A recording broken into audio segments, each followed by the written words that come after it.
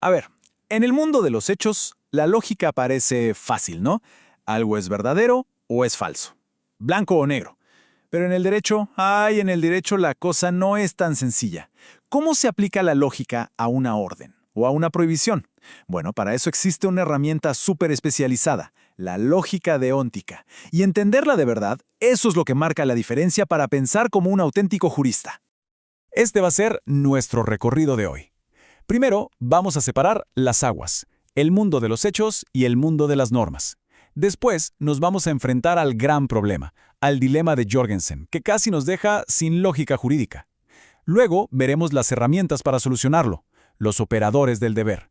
Las pondremos en un mapa visual para que todo tenga sentido. Y al final, lo resumimos todo en las claves que hay que saber sí o sí para el examen. Bueno, arranquemos por el principio. La ciencia nos dice cómo es el mundo. El derecho, en cambio, nos dice cómo debería ser. Y esa diferencia, que parece una pavada, es un abismo. Es la razón fundamental por la que el derecho necesita sus propias reglas de juego, su propia lógica.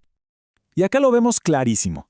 A la izquierda, la lógica de siempre, la clásica, que se maneja en un mundo de verdadero o falso. No hay más. Pero a la derecha tenemos la nuestra, la deóntica, que vive en el universo de las normas. Una ley no es verdadera, es válida, es obligatoria, está permitida. Por eso, obvio, necesita sus propias herramientas, sus propios operadores. Pensemos en esto, que es súper simple. Si alguien dice, la puerta está cerrada, uno puede ir, fijarse y decir, ¿es verdad o es falso? Listo. Pero si alguien ordena, cierra la puerta, ¿qué sentido tiene responder, eso es falso? Ninguno, ¿verdad? Es una orden, no describe nada, simplemente se obedece o no se obedece. Punto.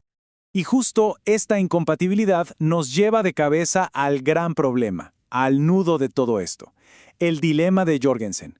Pensemos en él como el gran desafío intelectual que obligó a los juristas a decir, momento, tenemos que crear nuestras propias reglas. Este dilema tiene dos partes, como un ring de boxeo. En una esquina, la tesis metalógica. Es una regla de oro de la lógica clásica. Para que un razonamiento funcione, todo, las premisas y la conclusión, tiene que poder ser verdadero o falso. Si no, el sistema simplemente se rompe. Y en la otra esquina, el choque. La tesis semántica que nos recuerda lo que acabamos de decir. Las normas, las órdenes, por su naturaleza, no tienen valor de verdad, no describen el mundo, así que no pueden ser ni verdaderas ni falsas. ¡Pum! Y para esto, claro, hay una palabra que suena súper complicada, anafofánticos. Pero no se asusten, es solo la etiqueta técnica para decir esto no es ni verdadero ni falso. Es el cartelito que le ponen a la orden, cierra la puerta, para que no pueda entrar al club exclusivo de la lógica clásica. Entonces, acá está el meollo del asunto.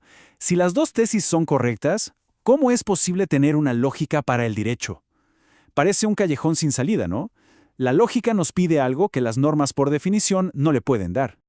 Y la conclusión directa de este dilema es tremenda. Es algo que a cualquier jurista le hace ruido, que las normas no pueden tener relaciones lógicas entre sí. O sea, no podríamos deducir una norma de otra.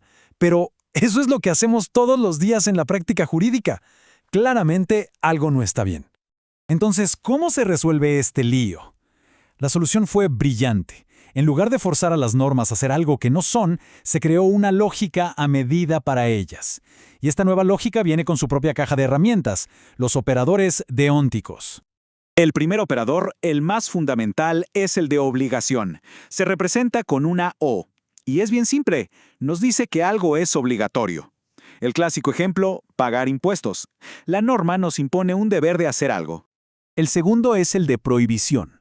Lo vemos como fe. Este nos marca lo que no se debe hacer. Es una obligación, pero de no hacer. Es básicamente una barrera que nos pone la ley.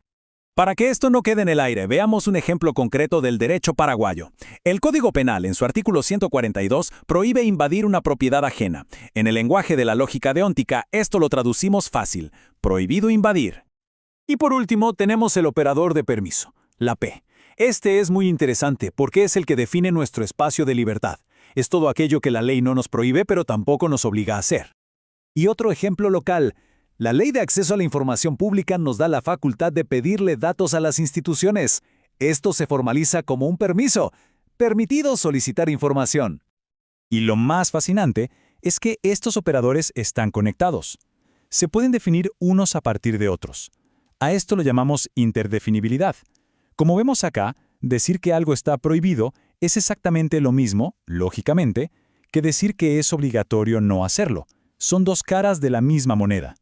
Y esta conexión es lo que hace que todo el sistema sea coherente. Y toda esa coherencia la podemos ver en un gráfico. La herramienta clásica para esto es el cuadro de oposiciones, pero adaptado para nosotros, para la lógica deóntica. Es la mejor manera de tener un mapa de cómo se relacionan las normas. Este cuadro es como un mapa visual. Arriba están las normas fuertes, las universales, y abajo las débiles. Si lo aplicamos al ejemplo de la propiedad privada, arriba a la izquierda, en A, tenemos la obligación. Es necesario respetar la propiedad. Arriba a la derecha, en E, la prohibición. Es imposible respetarla. Y abajo, sus versiones más suaves. Es posible respetarla en I y no es necesario respetarla en O. Las líneas que los unen, esas son las reglas del juego. Miremos la línea de arriba. Esa es la relación de contrariedad. Y la regla es simple. Dos normas contrarias no pueden ser válidas al mismo tiempo. Es imposible que un sistema legal coherente te diga, es necesario respetar la propiedad y a la vez es imposible respetarla. Es un disparate. Una de las dos o quizás las dos tienen que ser inválidas. Ahora, la relación más fuerte de todas es la contradictoria, la que va en diagonal. Comparemos necesario respetar con no es necesario respetar.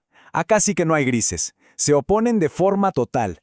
Si una es válida, la otra tiene que ser falsa. Y viceversa. Y aquí va el truco para el examen. Las contrarias, las de arriba, pueden ser falsas las dos. Pero las contradictorias no. Es una oposición absoluta. O una o la otra. Muy bien, ya recorrimos todo el camino, que es complejo. Pero ahora vamos a simplificarlo. Vamos a enfocarnos en los tres conceptos que son el corazón de este tema, la clave para cualquier evaluación. Tomen nota de esto.